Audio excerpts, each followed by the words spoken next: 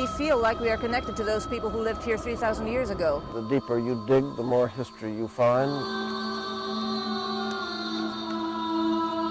Read a lot about Greek history, enjoyed Greek history, so to come and see it is actually awe-inspiring. Τον αγώνα πιο υψηλά, πιο δυνατά, πιο μακριά.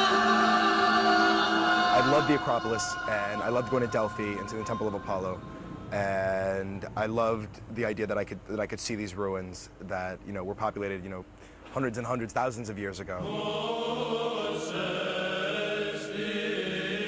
It's very mysterious and very mystic. I'm a Greek person and I feel very proud of Meteora. It must have taken them years to build when you think that everything had to come up in little baskets. It's amazing because it's too difficult to do this. For me to see that helped strengthen my own faith. I find it uplifting. It brought tears to my eyes when I first saw them. Here in Greece, we've been in Athens, in downtown Athens, where you have almost a million cars going back and forth. Athens is a lot more westernized than I expected. I guess in many respects it's where East meets West. You have a combination of the antiquities and just a really wonderful old tradition and culture with temples and ruins all over the country, but at the same time, one of the most modern cities in the world. Very good nightlife here in Greece.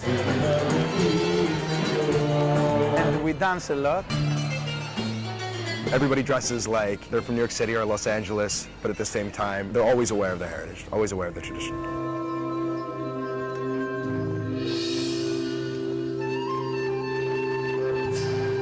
The flame symbolizes the freedom, the love for knowledge, the human dignity. It's difficult to describe how it moves you because it's so plain and so simple. To see the torch lit and the reverence of the moment and see the people's reaction to it and the solemnness of it and how quiet they were, it was just extraordinary.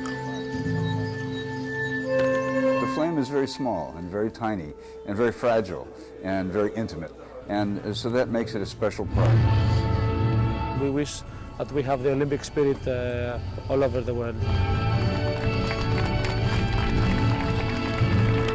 It's certainly been an experience.